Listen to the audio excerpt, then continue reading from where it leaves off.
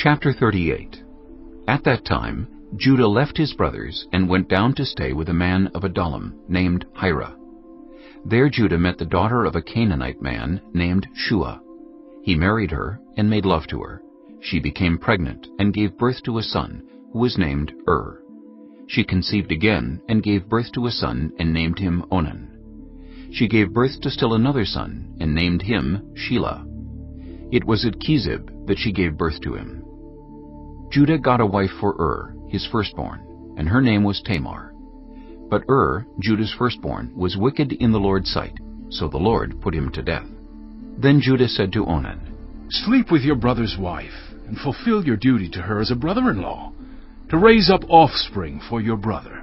But Onan knew that the child would not be his, so whenever he slept with his brother's wife, he spilled his semen on the ground to keep from providing offspring for his brother.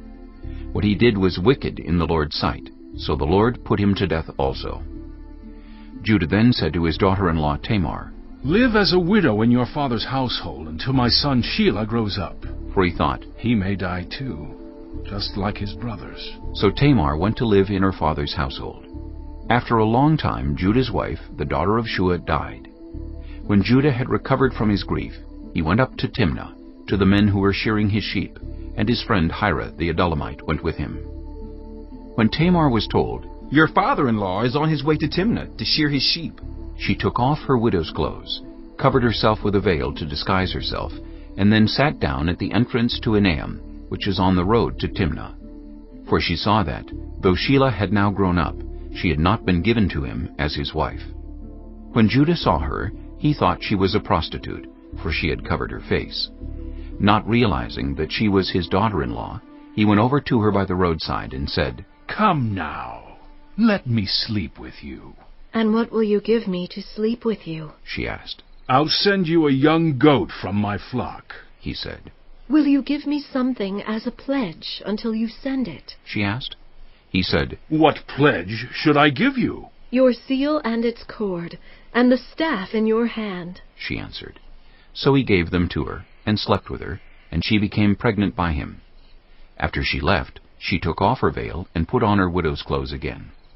Meanwhile, Judah sent the young goat by his friend the Adullamite in order to get his pledge back from the woman, but he did not find her. He asked the men who lived there, "Where is the shrine prostitute who was beside the road at Enaim?" "There hasn't been any shrine prostitute here," they said. So he went back to Judah and said, "I didn't find her. Besides, the men who live there said, there hasn't been any shrine prostitute here."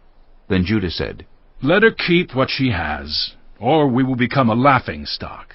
After all, I did send her this young goat, but you didn't find her."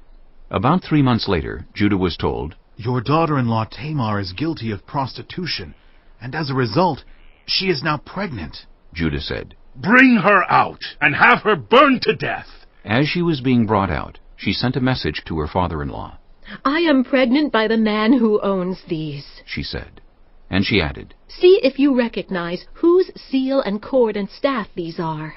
Judah recognized them and said, "She is more righteous than I, since I wouldn't give her to my son Shelah." And he did not sleep with her again. When the time came for her to give birth, there were twin boys in her womb. As she was giving birth, one of them put out his hand. So the midwife took a scarlet thread and tied it on his wrist and said, "This one came out first." But when he drew back his hand, his brother came out, and she said, "So this is how you have broken out." And he was named Perez. Then his brother, who had the scarlet thread on his wrist, came out, and he was named Zerah.